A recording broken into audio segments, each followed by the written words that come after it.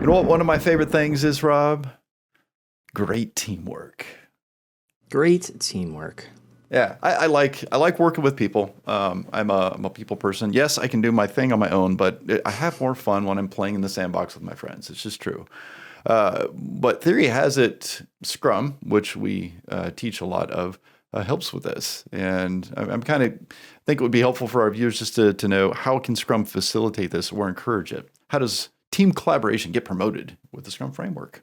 Well, there's a lot of opportunities in Scrum to collaborate. I mean, let's just start here. A Scrum team that doesn't collaborate isn't super effective. Fair. And let me give you an example. So sprint planning comes along, the developers look at all the work, and Johnny takes Johnny's stuff, and Susie takes Susie's stuff, and Ralph, of course, takes the stuff Ralph always does. And now this team goes their own separate directions. And by the end of the sprint, maybe they have something useful to show. Maybe they don't, because their work is hard and it's often going to carry over. But at no point throughout that sprint were they working together to actually lift that piano as a group. They were just all moving their own boxes. So what can Scrum do to help with that? Scrum sets up mechanisms. So first of all, by establishing a product goal, the entire team understands what direction they're heading over time. The product owner is in sync, the stakeholders are in sync, the developers are in sync. We know what direction we're marching. And that right there should signal to anyone doing the work, if you're doing something that, we have to move boxes from point A to point B and somebody asks you to make a souffle, you should know to stop and say, wait a minute, our job is to move all these boxes from point A to point B because Ralph's trying to move to the south side. Why are we making a souffle? Because that's just going to take away time. So now we've got a conversation. We're collaborating here. Another mechanism is the sprint goal. So with the sprint goal, it encourages the team to work together rather than on separate initiatives. And I believe I just quoted the Scrum Guide. And I mean, what does that really mean? It means, hey, this sprint, we're going to just focus on this one thing. Like, I don't know, say I have to make a souffle, but in general, we're making food for a barbecue. And so all the teams should be working together this sprint to make sure we have all the food and all the necessary things to have a barbecue. Otherwise, we're going to look kind of stupid on Saturday when we go to the park and nobody has anything. And so in some cases, it doesn't make sense for us to go in our own separate directions if it takes perhaps 2 people to make the cookies or whatever, or there's some knowledge transfer, like Susie has to teach me how to make a souffle. Ralph went to the store to get the paper plates and napkins. Ran into some trouble and now needs somebody to come pick him up because his serpentine belt just broke.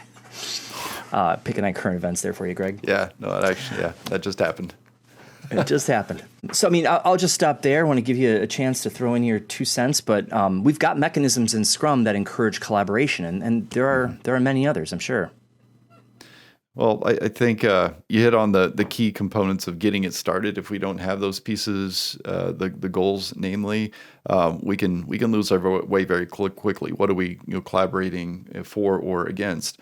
I think the other thing that can be really helpful for teams to collaborate against or towards, rather, would be the things that are hurting the team. So I don't know. I played sports many times in my past, not so much in the current day.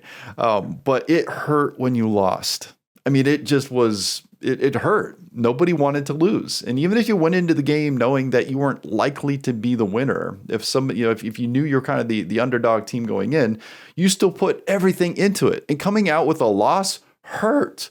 So there's 2 ways we could respond as a team. One, we could either pick at each other. It's like, well, gosh, had Rob been able to do X, or if Greg didn't X, we would have figured out, we would have won this game. But a better approach was to look at how we holistically missed the boat. How is it that we didn't come with the W? We didn't get the win.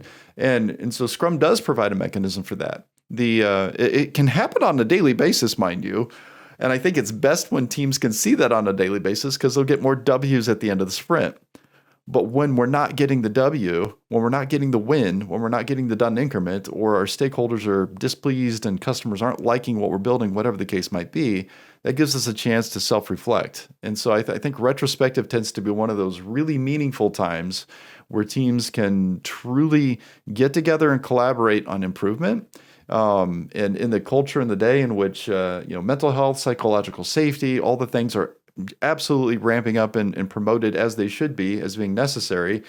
Scrum has been pitching this for almost 30 years, that continuous improvement and self-reflection in a safe environment is essential for growth, essential for doing the right thing, for building amazing product.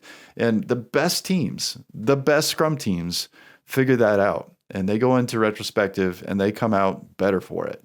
And they improve every single sprint.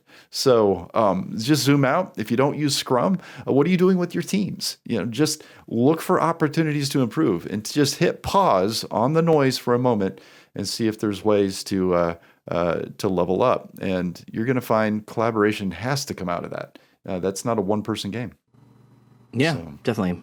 There's actually one more thing that kind of just jumped out at me around collaboration, and it's actually related to the most important piece of Scrum. If you really understand Scrum, you know that producing an increment of value that meets your sprint goal is the most important thing of Scrum. Everything else is just in support of this one idea, in my opinion.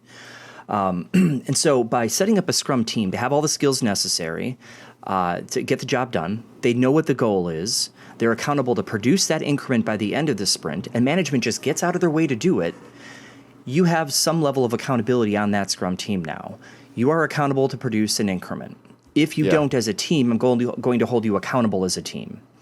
And much like a sports team, they're held accountable for their wins and losses. It doesn't matter that Johnny tripped while running the football down the field. What mattered is, how did the entire team self-correct? And so teams win and lose together. It's not about individuals performing.